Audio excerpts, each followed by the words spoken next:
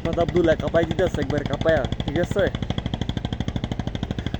আবার শুরু হয়েছে খেজুর প্রশাসন নিয়ে, ডাইরেক্ট একবার প্রকাশ করে দিছে যে আপনার কি জানেন সরকারের কাছ থেকে খেজুর আসে। হ্যাঁ, আমি তো জানি না, সত্যি কথা। তো এই জিনিসটা আপনার প্রকাশ করে দিয়েছে হাসনাত আব্দুল্লাহ। উনি বলছে না যে বাকি 299 জনের ঘুম হারাম করে দিব, ওইটাই বাকি 299 জনের ঘুম অলরেডি হারাম হয়ে গেছে একটা খেজুর প্রসঙ্গ দিয়া। আর কত প্রকার দুর্নীতি আছে এগুলো যদি প্রকাশ করে এক এক করে, তত মনে করেন যে শেষ, ঠিক আছে। তা আমি আইছি আমার ক্ষেতের মধ্যেই, পানি দিতেছি, ভাবলাম এই মুহূর্তে একটা ভিডিও বানাই দিই। তো ওইদিকে লাউ ক্ষেত আছে, কলা গাছ আছে, আবার এদিকে টমেটো।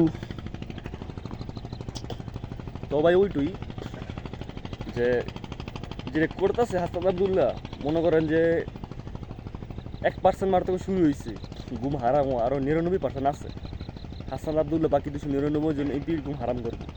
আর দলের লোকের এনসিপির মধ্যে যতগুলো আছে যেটি দুর্নীতি করবো হেডির ঘুম হারাম করে দিব হাসনাত আব্দুল্লাহ, ঠিক আছে। সে যদি নিজেও ভুল করে ওইটাও ধরে তুলবো। আমি আশাবাদী হাসনাত আব্দুল্লাহর এরকম কাজকর্ম আমার কাছে খুব ভালো লাগতেছে, ওরে সাপোর্ট করা দরকার। আল্লাহ তালা ওরে সুস্থ রাখুক, দীর্ঘায়ু দান করুক, এবং বাংলাদেশের সবচেয়ে জনপ্রিয় একজন নেতার মধ্যে ওরা বানানো হোক। মার তো শুরু হয়েছে নেতা বানানো, ওর শত্রুর কাছে যাতে সে প্রিয়জন হইতে পারে সেই তো করি। তো সবাই ভালো থাকবেন, সুস্থ থাকবেন, আর আমার এই চ্যানেলটি সাবস্ক্রাইব করে পাশে থাকবেন।